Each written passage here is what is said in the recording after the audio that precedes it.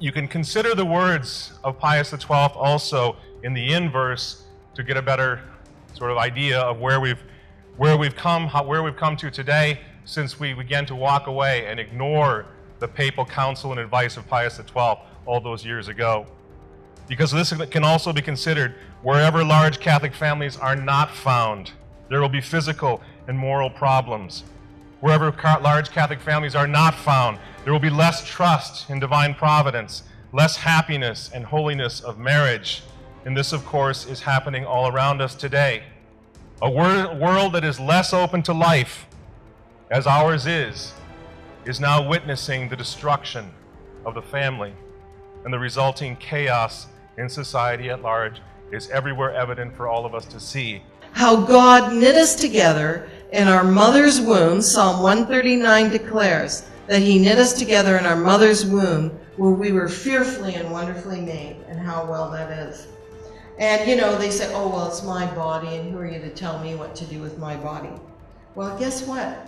The truth is that when a woman gets pregnant, she does not grow herself another head, or 2 extra arms and 2 extra legs. No, there is another little human being there with his or her own DNA and his or her own blood type.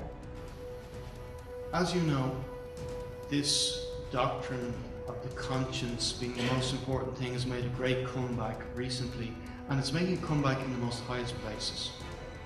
For example, Cardinal Archbishop Cupich of Chicago. He is sending out his disciples all around the world to preach this doctrine. They've been to the diocese in Liverpool, to Newcastle.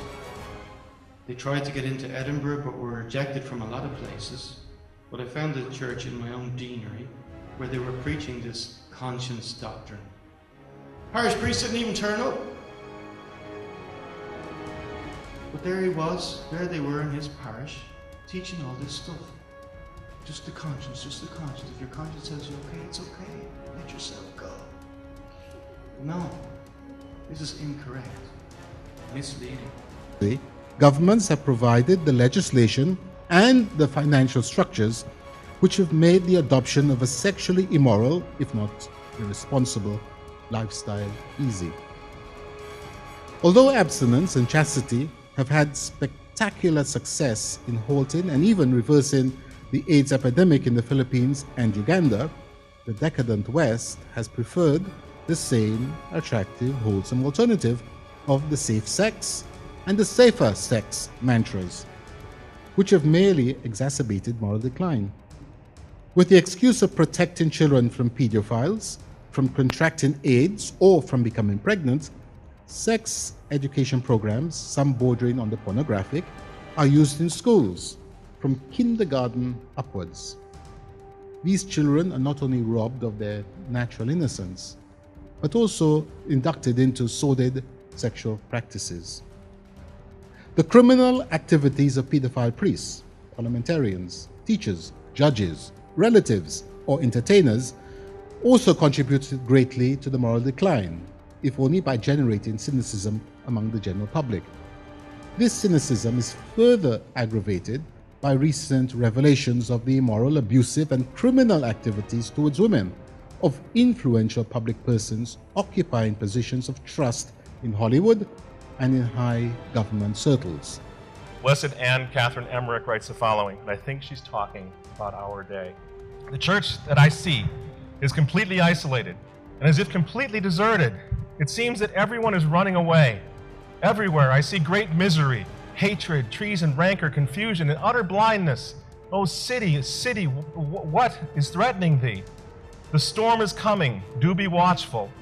Then I saw that everything pertaining to Protestantism was gradually gaining the upper hand, and the Catholic religion fell into complete decadence.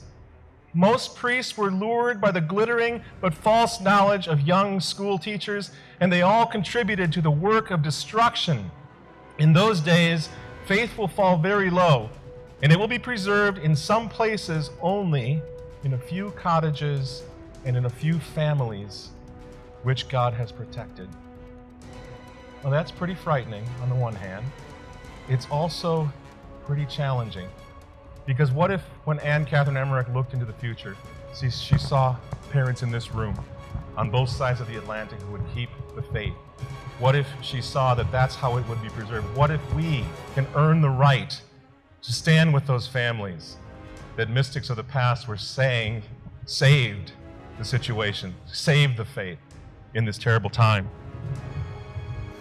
Went in there and had that second abortion wide awake. That was my son Daniel. And it was the most excruciating pain. I can't even describe it. It was so traumatic. I felt, you know what that abortion felt like? That abortion felt like I was being raped again. And when it was over, I curled up into a fetal position and I felt like my brain had snapped. I couldn't talk. And I went into some kind of shock. And after that abortion, I ended up getting an infection. I got a damaged cervix. I got a badly scarred uterus. I ended up having to get 2 lumps removed from my left breast. And I'm here to say and to testify that abortion, whether legal or illegal, abortion hurts women and killed my children. That abortion is a wrong and not a right. I want you to know, though, that there's still hope, as long as the likes of, for example, Cardinal Gerhard Muller, Prefect Emeritus of the CDF, are still around to fight our battles for us. Cardinal Muller, for example, recently said this after hearing what Father Chiodi had said in his public conference in the Gregorian University in Rome. He said, directing his words at Chiodi, attempts to change the Church's teaching and to put in contrast the last 3 pontificates with the pretext of imposing a heterodox teaching to the faithful is a crime against the Church and a betrayal of her mission and mandate, whose final task is that of preserving the faith authentically inherited from the apostles. So, how do we conclude? Having redeemed the people of Israel from slavery in Egypt, guided them through the desert, fed them with manna from heaven, taught them to trust in God, transmitted to them God's will in the 10 Commandments, promised them a prophet like himself to whom they should listen, Moses warned them lastly, saying, I call heaven and earth to witness against you this day, that I have set before you life and death, blessing and curse. Therefore, choose life, that you and your descendants may live, loving the Lord your God, obeying his voice, and cleaving to him. For that means life to you, and length of days, that you may dwell in the land which the Lord swore to your fathers, to Abraham, to Isaac, and to Jacob, to give them. The prophet promised is Christ, the Son of God, who redeems us from our sins by his blood, feeds us with his body, guides and teaches us by his church, against which he promised the gates of hell would never prevail. 50 years ago, Humanae Vitae placed before the world a choice between life and death, and blessings and curse. In rejecting the Church's perennial teaching and opting for contraception, the world chose death and the curses that paved the way for it: enslavement to unruly and deviant sexual passions, flouting the natural law and the abandonment of reason, rejection of moral absolutes, murder of the innocent, dissolution of the family resulting in oppressed women, disillusioned men, dislocated youth, virulently sexually transmitted diseases, and since sin has social consequences, aging populations and dying nations.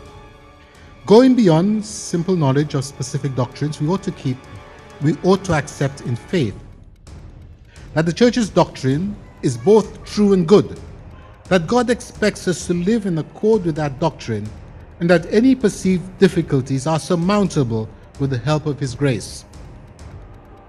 Paul VI's defense of the Church's doctrine on contraception in the face of massive opposition is a clear sign of the charism of infallibility in action. It ranks with the vacillating Clement VII's refusal to annul Henry VIII's marriage in the face of all the conventional wisdom of the time regarding papal authority.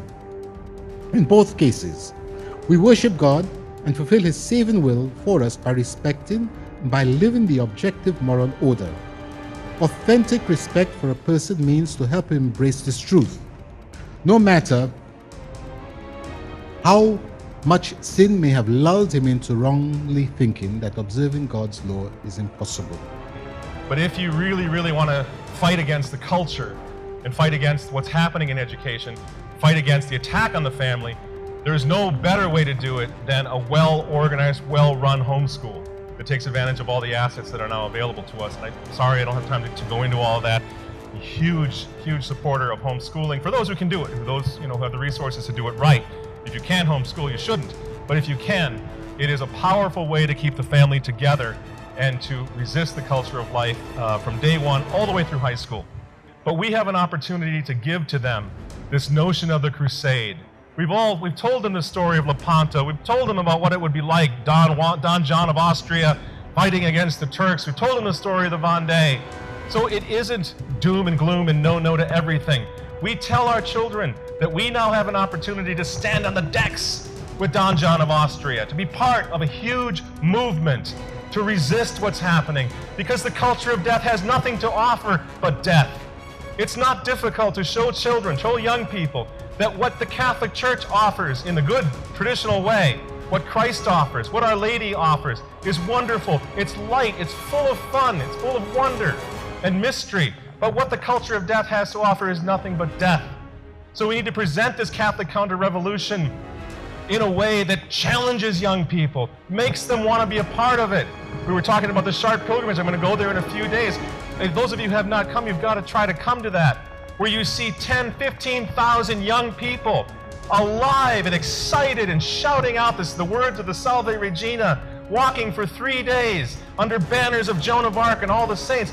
They're so excited about this little microcosm of Catholic culture, of the Catholic thing. So they're bringing it back right near you in France. We can do this. It's happening. We just need to rise up and be committed to do it.